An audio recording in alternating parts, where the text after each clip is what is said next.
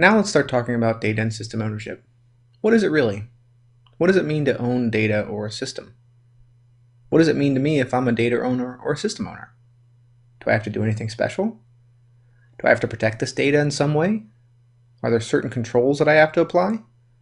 The level of controls and protection that you have to apply to your data and your systems can greatly depend on the classification of that data and those systems. We previously discussed information and asset classification in another module, but we'll definitely dig into it a little bit further in this module. However, please feel free to review that module if you'd like additional information. What is data and system ownership? What is it really? In summary, this concept enables an organization to drive accountability with its users on protecting the organization's data and its systems. Users typically request servers, applications, etc. to enable them to provide more value to the organization, while typically generating significant data from their usage, and that data can be of various classification levels, such as highly confidential customer information, as well as internal team calendars, which is not nearly as sensitive in nature. But really it comes down to is the data. And in this module we're going to discuss data in the sense of structured data versus unstructured data. Structured data is really referring to things like databases, data marts, data warehouses, in which there is a clear structure to the data being generated and the way it's retained. It's much easier to interface with structured data to perform security tasks than it is unstructured data. However, there is typically a significant amount more unstructured data than there is structured data.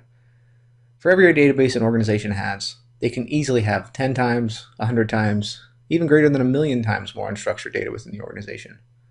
An important thing to note is that unstructured data can be just as critical to an organization as its structured data. Take, for example, a complete dump of a database that houses all of the organization's customers' information, including all of their sensitive data elements, like social security numbers, things like that. It could be on an internal SharePoint site somewhere, it could be emailed out to your competitors, or even posted somewhere on the internet for anyone to access. The other aspect of this is systems. In this module, systems are broken up into applications and the supporting infrastructure of those applications. So you may ask yourself, why would I want to assign an owner of an application or an owner of a piece of infrastructure? Just because you've identified the owners of the data, there are other controls that you can put in place that are specific to the applications and the infrastructure, ultimately protecting the data further. It could be an internally built application, commercially purchased application, infrastructure that was purchased from a vendor, such as a network appliance, a standard internal server build, or whatever it may be. There are a lot more controls that can be applied in the system space that can ultimately protect the data from theft, misuse, disclosure, etc.